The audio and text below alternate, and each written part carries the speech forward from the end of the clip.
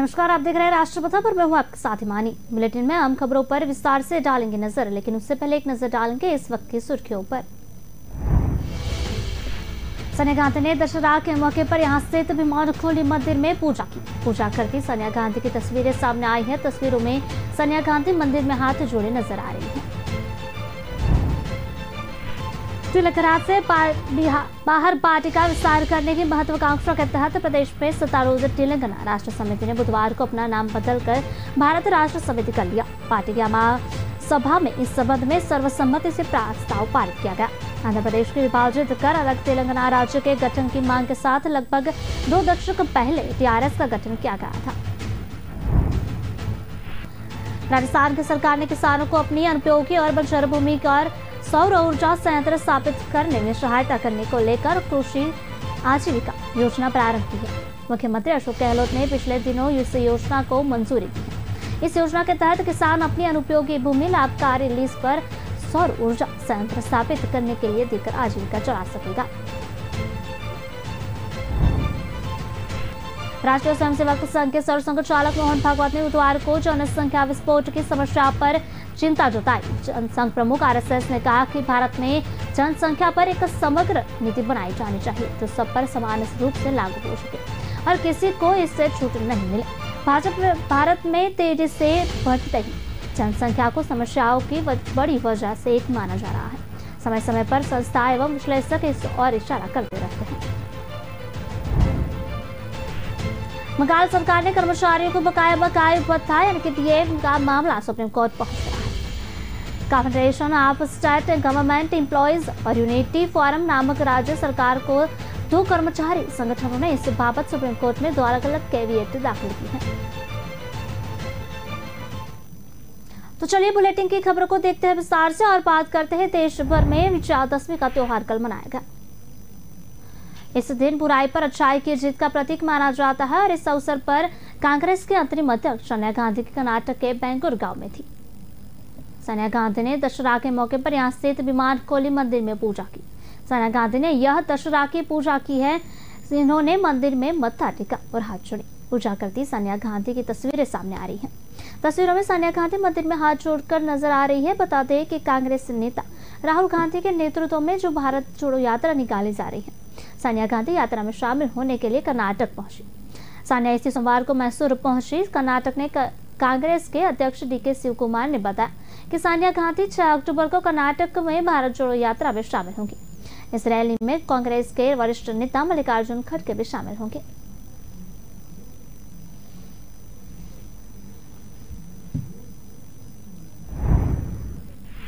कांग्रेस में एक तरफ पार्टी के राष्ट्रीय अध्यक्ष का चुनाव हो रहा है तो दूसरी तरफ राहुल के नेतृत्व में भारत जोड़ो यात्रा चल रही है। इस बीच सोनिया गांधी की मंदिर में पूजा करने और आरती लेने की तस्वीरें सामने आ रही हैं। तस्वीर में सोनिया गांधी बेहद सहज, शांत और सौम्य से नजर आ रही है। ऐसा लग रहा है कि पार्टी नेतृत्व अध्यक्ष चुनाव से दूरी बनाए हैं। वहीं लंबे समय के बाद सोनिया का इस तरह से पार्टी की भारत जोड़ो यात्रा से जुड़ना नया संकेत दे रहा है। ऐसा लग रहा है कि मानव जिसे कांग्रेस जब बताना चाहती है उसका मिजाज अब बदल चुका है। वह पूरी तरह से जनता से और उनके मुद्दों से जमीनी स्तर पर जुड़ने में कोई कसर नहीं छोड़ेगी। कांग्रेस की भारत जोड़ो यात्रा केरल के बाद कर्नाटक में चल रही है। दशहरा की वजह से अभी यात्रा को 2 दिन का विराम दिया गया है। कांग्रेस के अध्यक्ष सोनिया गांधी आज भारत जोड़ो यात्रा में शामिल हो सकते हैं। सोनिया गांधी लंबे समय के बाद किसी सार्वजनिक कार्यक्रम में हिस्सा लेंगे। इससे पहले स्वास्थ्य कारणों से सोनिया गांधी पार्टी के प्रचार कार्यक्रम में से दूरी बनाए हुई थी।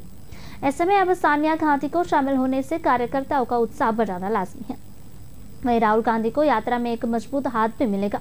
सोनिया गांधी की मौजूदगी से कांग्रेस भारत जोड़ो यात्रा के संदेश को अधिक प्रभावी ढंग से लोगों के बीच पहुंचा पाएगी। तेलंगाना से बाहर पार्टी का विस्तार करने की महत्वाकांक्षा के तहत प्रदेश में सत्तारूढ़ तेलंगाना राष्ट्र समिति ने बुधवार को अपना नाम बदलकर भारत राष्ट्र समिति कर लिया है। पार्टी की आम सभा में इस संबंध में सर्वसम्मति से प्रस्ताव पारित किया गया। आंध्र प्रदेश को विभाजित कर अलग तेलंगाना राज्य के गठन की मांग के साथ लगभग 2 दशक पहले टीआरएस का गठन किया गया था। अब उसका लक्ष्य भाजपा के टक्कर देना और समान विचारधारा वाले दल को साथ लाकर राष्ट्रीय ताकत के रूप में उभरना है। जेडीएस के नेता एच डी कुमारस्वामी और तमिलनाडु की वीसी के पार्टी के नेता व सांसद टी तिरुवल्लुवर ने इसकी उपस्थिति में टीआरएस के अध्यक्ष व तेलंगाना के मुख्यमंत्री के चंद्रशेखर राव ने पार्टी का नाम बदलने का प्रस्ताव पेश किया और बैठक में इसे सर्वसम्मति से पारित कर दिया गया। राव की घोषणा का पार्टी के पदाधिकारियों ने तालियों की गड़गड़ाहट के साथ स्वागत भी किया। इस दौरान केसीआर जिंदाबाद, टीआरएस जिंदाबाद, देश का नेता केसीआर भारत व आ रहा है, केसीआर रास्ते में है जैसे नारे भी लगाए गए। इस मौके पर राव ने कहा कि पार्टी की गतिविधियों में देश भर में विस्तार करने के लिए नाम में परिवर्तन किया गया है और इसके अनुसार पार्टी के संविधान में भी बदलाव किया गया है। उन्होंने ऐलान किया कि अब वह देश की यात्रा पर निकलेंगे। भाजपा के खिलाफ मोर्चाबंदी के लिए पिछले कुछ अरसे से कमर कस रहे तेलंगाना के मुख्यमंत्री के चंद्रशेखर राव ने अपनी पार्टी का नाम बुधवार को तेलंगाना राष्ट्र समिति से बदलकर भारत राष्ट्र समिति कर लिया है। राष्ट्रीय स्तर पर पांव पसारने के उनके दाव ने मुख्य विपक्षी दल कांग्रेस को सतर्क कर लिया है। पार्टी केसीआर की इस तरफ पहल के केंद्रों में भी विपक्षी एकता के समीकरण के लिए नुकसानदेह मान रही है। कर्नाटक के पूर्व मुख्यमंत्री जेडीएस नेता कुमारस्वामी की केसीआर की इस पहल में शामिल होना इस नुकसान के शुरुआती संकेत भी माने जा रहे हैं। राजनीतिक धूम धड़ाके से शुरू की गई केसीआर की इस पहल के बावजूद कांग्रेस नेता तथा उसके समर्थक विपक्षी खेमे के दल टीका टिप्पणी से परहेज कर रहे हैं। इन दलों का मानना है कि केसीआर के इस राजनीतिक दाव को ज्यादा तवज्जो देना इसलिए भी मुनासिब नहीं है क्योंकि इसके सहारे वे विपक्षी खेमे की सियासत में अपनी हलचल बनाए रखना चाहते हैं। उनका मानना है कि टीआरएस चाहे बीआरएस बन जाए मगर केसीआर का राजनीतिक आधार तेलंगाना से बाहर नहीं है। पर दूसरी सच्चाई यह भी है कि हाल किसी भी दूसरे क्षेत्रीय दल के नेताओं का है। डर यह है कि सूबे की सत्ता में होने के साथ अपने संसाधनों के सहारे वे कुछ राज्यों में ऐसे दलों के साथ राजनीतिक गलबहियां करने का प्रयास करेंगे जिनके कांग्रेस के साथ रिश्ते सहज नहीं है। राजस्थान सरकार ने किसानों को अपनी अनुपयोगी और बंजर भूमि पर सौर ऊर्जा संयंत्र स्थापित करने में सहायता करने को लेकर और कृषि आजीविका योजना प्रारंभ की है। मुख्यमंत्री अशोक गहलोत ने पिछले दिनों इस योजना को मंजूरी दी है। इस योजना के तहत किसानों अपनी अनुपयोगी भूमि लाभकारी लिस्ट पर सौर ऊर्जा संयंत्र स्थापित करने के लिए देकर आजीविका चला सकेगा। इससे उनके जीवन के स्तर में भी सुधार हो सकेगा। योजना के तहत एक ऑनलाइन पोर्टल विकसित किया गया है जहां किसान अपनी भूमि को सौंप ऊर्जा संयंत्र स्थापित करने के लिए लीज पर लेने को लेकर पंजीकरण कर सकेगा। यह भूमि सौर ऊर्जा की किसी कंपनी अथवा व्यक्ति को लीज पर दी जा सकेगी। लीज राशि जिला स्तर पर तय होगी।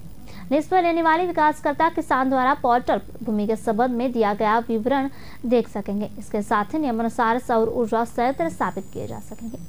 योजना के विकासकर्ता भी संयंत्र स्थापित करने के लिए प्रधानमंत्री कुसुम योजना के तहत केंद्रीय अनुदान प्राप्त कर सकेंगे।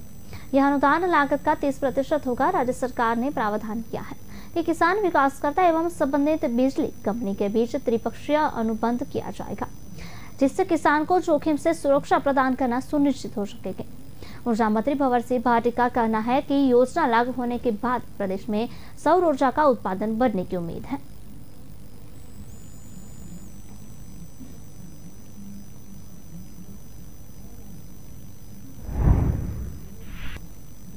राजस्थान में कांग्रेस के नेताओं की आपसी खींचतान लगातार बढ़ती जा रही है। उम्मीद है कि कांग्रेस अध्यक्ष सोनिया गांधी मुख्यमंत्री को लेकर अगले कुछ दिनों में फैसला कर सकती हैं।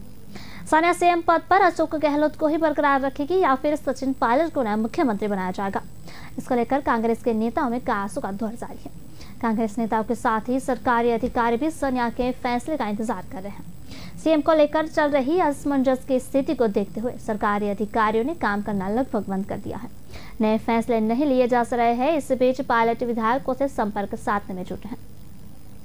2 दिन जयपुर में रहकर पायलट ने कई विधायकों से मुलाकात की। गहलोत खेमे में नागरिक आपूर्ति मंत्री प्रताप सिंह खाचरियावास से तो पायलट घर जाकर मिले। पायलट के विश्वस्त नेता और विधायक गहलोत खेमे के विधायकों से संपर्क साध रहे हैं। पायलट खेमे की कोशिश अपने विधायकों की संख्या ज्यादा से ज्यादा बढ़ाना है। इसके लिए विरोधियों से भी संपर्क कर रहे हैं। कांग्रेस के संगठन महासचिव केसी वेणुगोपाल ने अगले कुछ दिनों में एक बार फिर विधायक दल की बैठक बुलाकर सीएम का फैसला कांग्रेस अध्यक्ष पद छोड़ने का लेकर लाइन का प्रस्ताव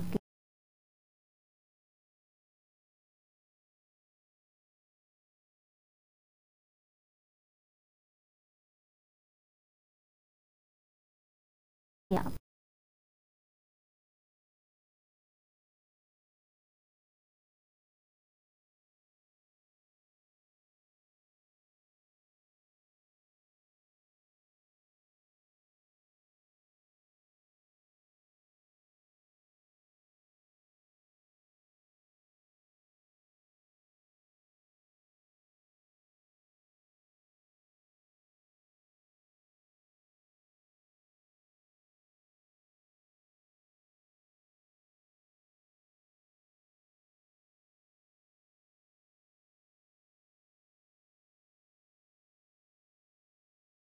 ऐसा केवल हमारे साथ ही नहीं हुआ है। पूर्वी तिमोर, दक्षिणी सूडान और कोसोवो जैसे देश, इंडोनेशिया, सूडान और सर्बिया जैसे देशों के भूभाग में जनसंख्या का संतुलन बिगड़ने का कारण बन चुके हैं।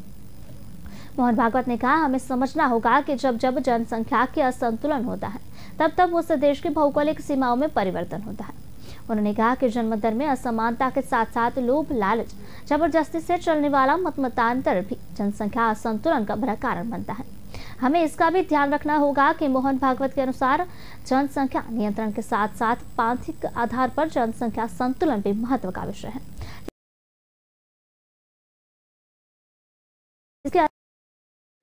इसलिए वो हमसे नजदीकी जताते हैं, जाति के नाम पर, पंथ संप्रदाय के नाम पर, अपने निहित स्वार्थों के नाम पर भी हमारे हमदर्द बनकर आते हैं।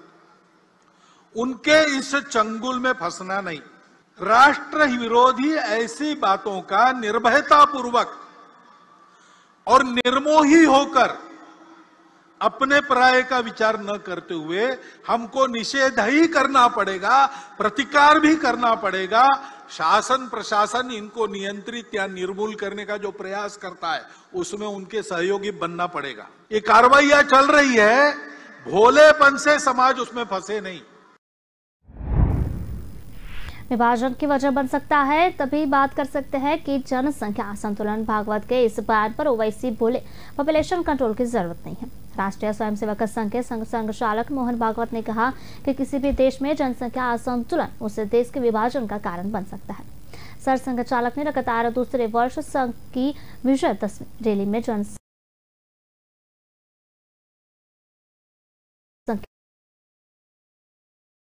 उन्होंने कहा कि जनसंख्या नियंत्रित की कोई आवश्यकता नहीं है, क्योंकि देश पहले से ही हासिल कर चुका है।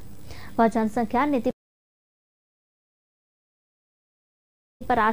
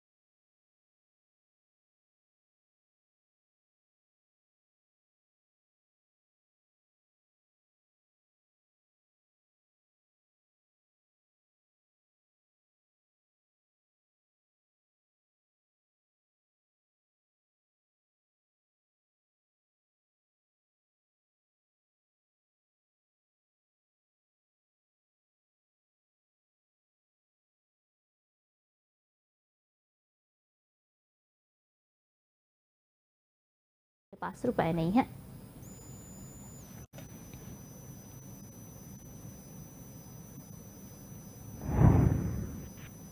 सुप्रीम कोर्ट ने उत्तर प्रदेश, बंगाल, छत्तीसगढ़, झारखंड और मध्य प्रदेश समेत 11 राज्यों रेरा एक्ट लागू करने के संबंधी जवाब 4 हफ्तों में मांगा है। अन्यथा इन राज्यों में प्रधान सचिवों, जो हाउसिंग विभाग के प्रभारी भी है, उनको व्यक्तिगत रूप से अदालत में पेश होना होगा। जस्टिस डीवाई चंद्रचूड़ और हिमा कोहली के खंडपीठ ने बुधवार को ही कहा कि अगर राज्य सरकार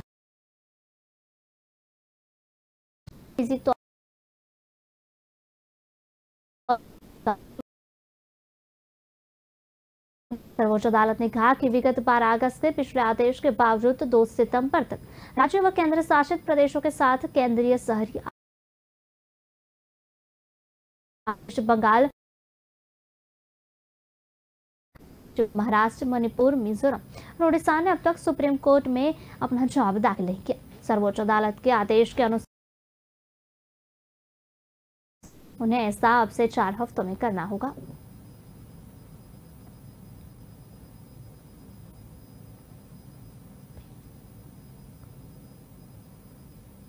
खबरों का सिलसिला लगातार जारी रहेगा। मिलते एक छोटे से ब्रेक के बाद।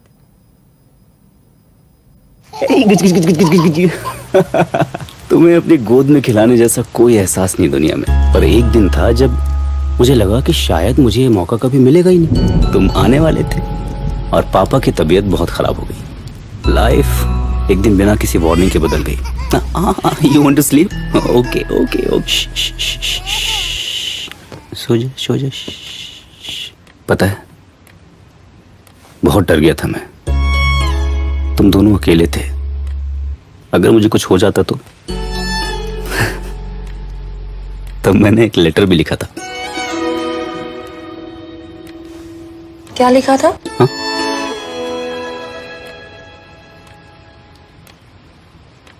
लिखा था कि मैं अभी तक तुमसे मिला भी नहीं हूं और I love you so much already. मैं तुम्हें बड़ा होते हुए देखना चाहता था। लाइफ का शायद कोई और ही प्लान था।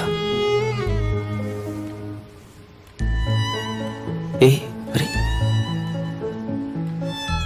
तुम दोनों को कभी मेरी कमी महसूस ना हो, इसलिए मैंने सब कुछ प्लान कर लिया है। लाइफ कब और कैसे बदल जाए ये किसी को नहीं पता, इसलिए अपनों का फ्यूचर आज ही सिक्योर करें HDFC लाइफ टर्म प्लान्स के साथ। HDFC लाइफ, सर उठा के जियो।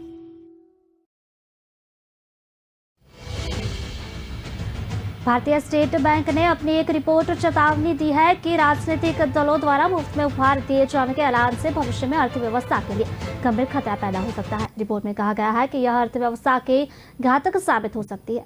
रिपोर्ट में सुझाव दिया गया है कि देश का शीर्ष अदालत द्वारा गठित समिति ऐसे खर्चों को राज्य के सफल घरेलू उत्पाद या राज्य के कर संग्रह के 1% तक सीमित कर दे।